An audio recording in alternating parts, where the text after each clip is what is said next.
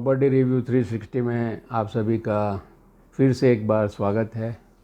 और ये जो 5 एलिमेंट्स और 5 नेचुरल एनर्जीज़ की जो मैं कुछ सीरीज़ बनाने जा रहा हूँ, वीडियो सीरीज़, उसमें से ये दूसरा टॉपिक है, दूसरा वीडियो है। आज का वीडियो जो है वो रहेगा आकाश। आकाश तत्व जो हैं जल वायु आकाश अग्नि और पृथ्वी, उसमें जो हैं वो एक 5 एनर्जीज में से और एक एनर्जी या तो एलिमेंट है, तत्व है। उसका किस तरह से हमें उसको किस तरह से देखना है, समझना है, जब हम अपना एक सपनों का घर लेने जाते हैं, फाइनल करने जाते हैं, पसंद करने जाते हैं, खोजने जाते हैं, तो इस बिंदु को, इस तत्व का, आकाश यानी स्पेस, एम्प्टी स्पेस, इसको किस तरह से देखना है, घर के अंदर, घर के बाहर, उसके बारे में हम थोड़ी सी बात करेंगे और उसका एक इम्पोर्टेंस जो है हम थोड़ी समझने की कोशिश करेंगे। तो कृपया मैं सभी से रिक्वेस्ट करूंगा कि ये वीडियो भी आप अंत तक देखें तो ज़्यादा लाभ होगा। अब नेचुरल 5 एलिमेंट्स में से जो एक और तत्व जो हैं आकाश की जो हम बात करेंगे वो स्काई हम समझते हैं, मगर यहाँ पे बहुत सारे अर्थ होते हैं। हर एक ये 5 एलिमेंट्स के अलग अलग अर्थ होते हैं। तो यहाँ पे आपको देखना है घर के अंदर की एम्प्टी स्पेस, आकाश, घर के अंदर की स्पेशियसनेस, आकाश, घर के अंदर की स्पेस, आकाश, इसको किस तरह से व्यू करना है, जज करना है। और अगर समझो कि वो एक बैलेंस तरीके से मिलता है आपको, तो फिर आप जो हैं उस एनर्जी जो हैं, उस घर की एनर्जी में, 5 एलिमेंट्स में उस एनर्जी का बैलेंस है, ऐसा कर सकते हैं। तो ये सारे जो वीडियो बनने वाले हैं वो मेरे कुछ अनुभव से मैं शेयर कर रहा हूँ। मैंने ना तो कोई बुक पढ़ी है, ना तो मैंने कोई इसकी शिक्षा ली है, ना कोई ज़्यादा जानता हूँ, मगर ये मेरा काम है कि घर बसाना। किसी के ड्रीम हाउस में मैं इंस्ट्रूमेंटल होता हूँ और मेरे ज़रिए जो घर बसते हैं तो मुझे खुशी होती है। और मुझे इसीलिए ये सब बातों को शेयर करना है, क्योंकि ये सब बातों का अब जो है आने वाली पीढ़ी को, या तो आने वाले समय में, इन सभी का बहुत ही इम्पोर्टेंस बढ़ने वाला है। तो आकाश को हम किस तरह से देखेंगे जब घर खरीदने जाते हैं? तो देखिए, जब आप घर के अंदर एंटर होते हैं, जो घर के अंदर आप एंटर होते हैं और पैसेज आता है, फिर बाद में रूम्स आते हैं, लिविंग रूम आता है, या तो कभी किचन आता है। पैसेज के अंदर ही लेफ़्ट राइट में किचन बनता है, फिर थोड़ा चलोगे तो फिर लिविंग रूम आता है, फिर बाद में समझो थोड़ा चलोगे तो फिर रूम्स आते हैं, बेडरूम्स आते हैं, ये होता है। तो जिस घर में अगर आप प्रवेश करते हैं और तभी समझो पहले पैसेज आता है, तो वहाँ पे वेस्ट ऑफ स्पेस होता है। वहाँ पे जो है वो वेस्टेज है, वो पैसेज जो है वेस्टेज है, क्योंकि वो जो पैसेज में जो जगह चली जाती है, और आप जो हैं एक फुट का जो पैसा देते हैं, 25,000 रुपये कारपेट, 20,000 रुपये कारपेट, साउथ बॉम्बे में जूहू में 60,000 रुपया, 70,000 रुपया कारपेट, कोई जगहों में 80,000 रुपया कारपेट, एक फुट का हम देते हैं। अगर इस तरह से समझो 10 फुट भी आपके समझो कि वेस्टेज हो जाते हैं पैसेज में, तो देखिए आप कितना रुपया वेस्ट हो जाता है। और फिर हमको रहने के लिए भी वो घर, जैसे ऐसे एरिया कैलकुलेशन जो करते हैं वो फुट में ज़्यादा होता है, मगर रहने के लिए जब हम इस्तेमाल करते हैं तो छोटा लगता है, क्योंकि वो पैसेज में काफ़ी कुछ जगह चली जाती है। तो जब हम पसंदगी करेंगे तो कौन सा घर हम पसंदगी करेंगे, जो आइडियल सिचुएशन क्या है? तो एक ही बात मैं कहना चाहूँगा अनुभव से, जब हम प्रवेश करते हैं और लिविंग रूम सीधा आता है, लिविंग रूम, वो घर को आप पसंद करिए। लिविंग रूम सीधा आता है तो फिर पैसेज होता नहीं है, आपका वेस्टेज कम हो जाता है स्पेस का। और फिर अंदर जो हैं रूम्स होते हैं, बेडरूम्स होते हैं 2 या 3 जो भी है, 4 बेडरूम्स, तो छोटे से पैसेज से आपको जाना होता है। जहाँ पे अंदर भी समझो कभी कभी कोई बड़े बड़े पैसेज होते हैं तो उसको अवॉइड करिए, क्योंकि ये जो हैं वैल्यू हम पूरी देते हैं मगर उस तरह का हमें फिर उतनी जगह नहीं मिलती है।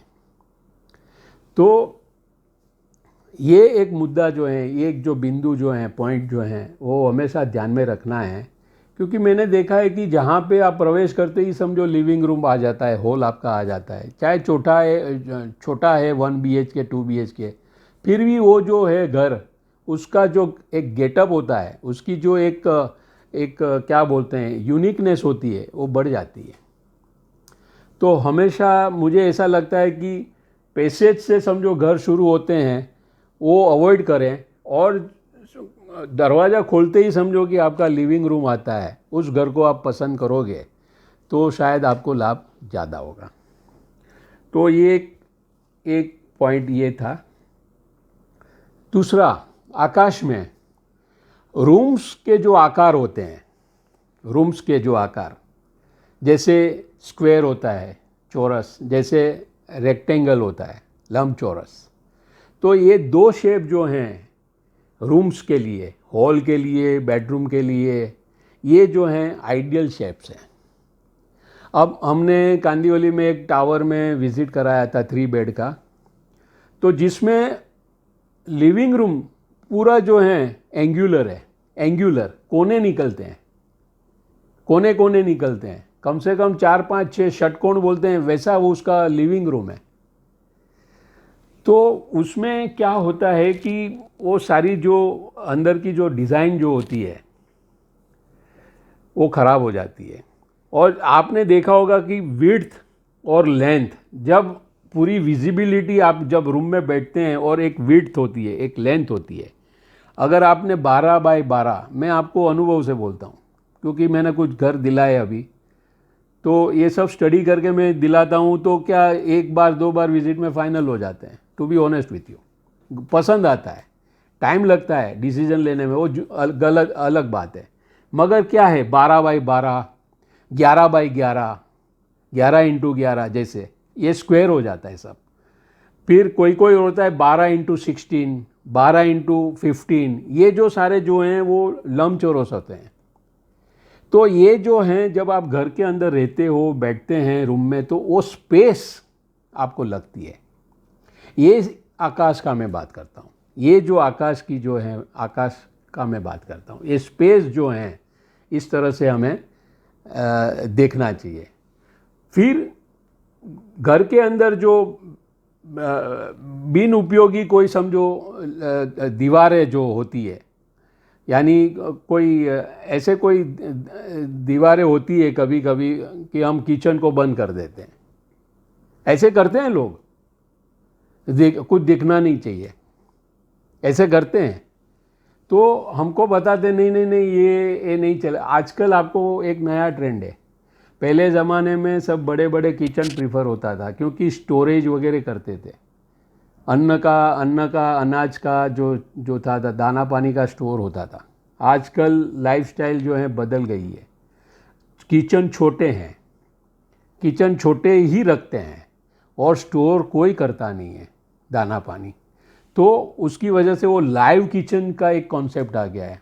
ग्लास फसाड रखते हैं दीवार की जगह में और लिविंग रूम के साथ उसको कैमोफ्लेज करते हैं। कैमोफ्लेज यानी क्या कि वो लिविंग रूम से वो डायरेक्ट दिखता है, ट्रांसपेरेंट दिखता है, कांच ऐसा होता है। तो वो बड़ा, वो जो उसकी जो इम्पैक्ट होती है घर में, तो बड़ा घर लगता है और वो अच्छा भी लगता है। आज हमने अभी थोड़े दिन पहले जू में किसी क्लाइंट के साथ था मैं, उन्होंने एग्जैक्टली यही कॉन्सेप्ट का उपयोग किया है, स्पेस, एम्प्टीनेस, जहाँ पे वो ऐसे डिज़ाइन किया है उन्होंने कि जहाँ पे वो ज़्यादा दिखती है स्पेस, और इससे अच्छा लगता है, उस घर में रहने का अच्छा लगता है, जाने का अच्छा लगता है। तो स्पेस जो है, स्पेस को ख़राब नहीं करना चाहिए।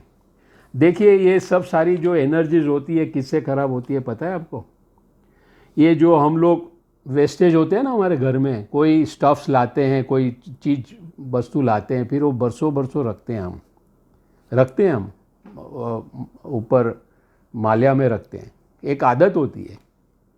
इससे 5 एनर्जीज जो हैं आपकी इम्बैलेंस होती है। अभी ये गहन है चीज़, मगर ये ऑब्जर्व किया है हमने। जैसे कोई मेटल्स होती है, बरसों तक पड़ी रहती है, मेटल्स है, वुड की कोई चीज़ रहती है वो भी पड़ी रहती है, प्लास्टिक्स होते हैं, पेपर्स होते हैं, क्लॉथ्स होते हैं, रबर की कोई चीज़ होती है, जो ये सब सारे जो वेस्टेजेस होते हैं, जो अभी आप यूज़ नहीं करते थे, एक टाइम यूज़ करते थे, तो इसका निकाल करना चाहिए, इसका निकाल हो जाना चाहिए। तो ये सब सारी पांच एनर्जी जो हैं आपकी बैलेंस होगी। अगर हम स्पेस समझो कि रोक लेते हैं ऐसे वेस्टेज से, तो आपने उस आकाश तत्व पे ध्यान नहीं दिया है। और जब आप ध्यान नहीं देते हो तो ये सब सारी चीज़ें जो हैं कॉमर्शियली वैल्यू के हिसाब से मैं नहीं बोल रहा हूँ, मगर ये हेल्थ हज़ार्ड हो सकती है। और हेल्थ इज़ वेल्थ। अगर आपकी हेल्थ अच्छी रहती है, 100 साल जीते हैं आप, तो उतना ही ज़्यादा कमाते हो आप, ज़्यादा नौकरी करते हैं, ज़्यादा पैसा कमाते हैं, ज़्यादा परिवार को काम में आते हो। एक घर लेना जो हम समझते हैं कि 10 घर देख लिया, किसी एजेंट को पकड़ लिया और फिर मुझे तो मालूम है इसका रेट क्या है और ये क्या है, इतना ये घर लेने देने की बात नहीं है। ये घर पसंदगी करने जाते हैं तो सबका एक नेचर होता है पर्सनल, और वो मुताबिक एक घर जो है दिलाना होता है। तो ये जो आकाश तत्व की जो बात जो हमने करी, उसमें यही एक पॉइंट आता है। और एक तीसरा एक मैं पॉइंट आपको बोल देता हूँ आकाश के बारे में। फ्लोर से सीलिंग की हाइट को हमेशा आप देखो। अगर 9 फीट से कम है तो उस घर में आकाश तत्व जो है कम है, और 9.5 से ज़्यादा हैं, कभी 10 मिलती है। कोई एक घर अभी देखा था मैंने, उधर 11 भी है, तो आकाश तत्व बढ़ गया। आकाश तत्व बढ़ने से क्या होता है पता है? आकाश जहाँ पे ज़्यादा है वहाँ पे एयर ज़्यादा है, वहाँ पे लाइट ज़्यादा है, डे लाइट ज़्यादा है।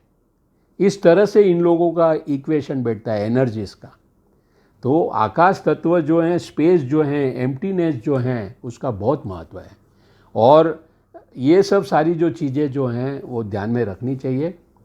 और फिर वो मुताबिक अगर आप समझो घर लेते हैं, आपको मार्केट रेट से ही आप ले रहे हैं, मगर अगर इस तरह से इनविजिबल इस तरह का बेनिफिट्स अगर आप समझते हैं, तो आपने दिया है तो 100 रुपया, मगर ये बेनिफिट्स अगर आप इसको समझ के लेते हैं तो आपने वास्तव में 100 रुपया दे के बहुत सारी इनवैल्यूएबल चीज़ जो है उस घर के साथ जुड़ी हुई वो ली है। तो फ्यूचर में जब आप घर बेचोगे, बदलोगे, तो उसकी एक वैल्यू बनी रहेगी। तो आकाश का इस तरह से, आकाश तत्व के बारे में इस तरह से सोचेंगे हम घर जब खरीदने जाएंगे। और ये जो है इसका महत्व थोड़ा सा, 1-2 चीज़ जो हैं उसको ध्यान में, प्रैक्टिकल बातें करी है मैंने, वही ध्यान में रखना है आपको। तो आज के लिए बस इतना ही। और मैं 1-2 एलिमेंट्स जो हैं, नेचुरल एनर्जीज हैं, वो एक छोटा ऐसा वीडियो मैं बनाना चाहूँगा, जिससे आपको थोड़ा सा और फ़ायदा हो। और जब आप डिसीजंस लेते हैं अपने ड्रीम हाउस के लिए, तो हमेशा ये सब बातों का, वास्तु जो है, वास्तु बहुत डीप गहन सब्जेक्ट है। सिर्फ साउथ एग्जिट पूरे बॉम्बे में अभी कान दुखने लगे हैं एजेंट लोगों के, कंसल्टेंट के, डेवलपर्स के। सिर्फ साउथ एग्जिट नहीं चाहिए, साउथ एग्जिट नहीं चाहिए, ये सब बिलीफ है। वास्तव में वास्तु जानकार लोग जो हैं बहुत सारी बातें कर सकते हैं आपको, मगर अभी जो मॉडर्न लाइफस्टाइल जो हैं उसमें ये 5 एनर्जीज जो हैं, जिस घर में आप रहोगे 25-50 साल तक, जीने वाले हो, रहने वाले हो, तो उसका भी ख्याल रख के घर लेना चाहिए। बहुत बहुत धन्यवाद।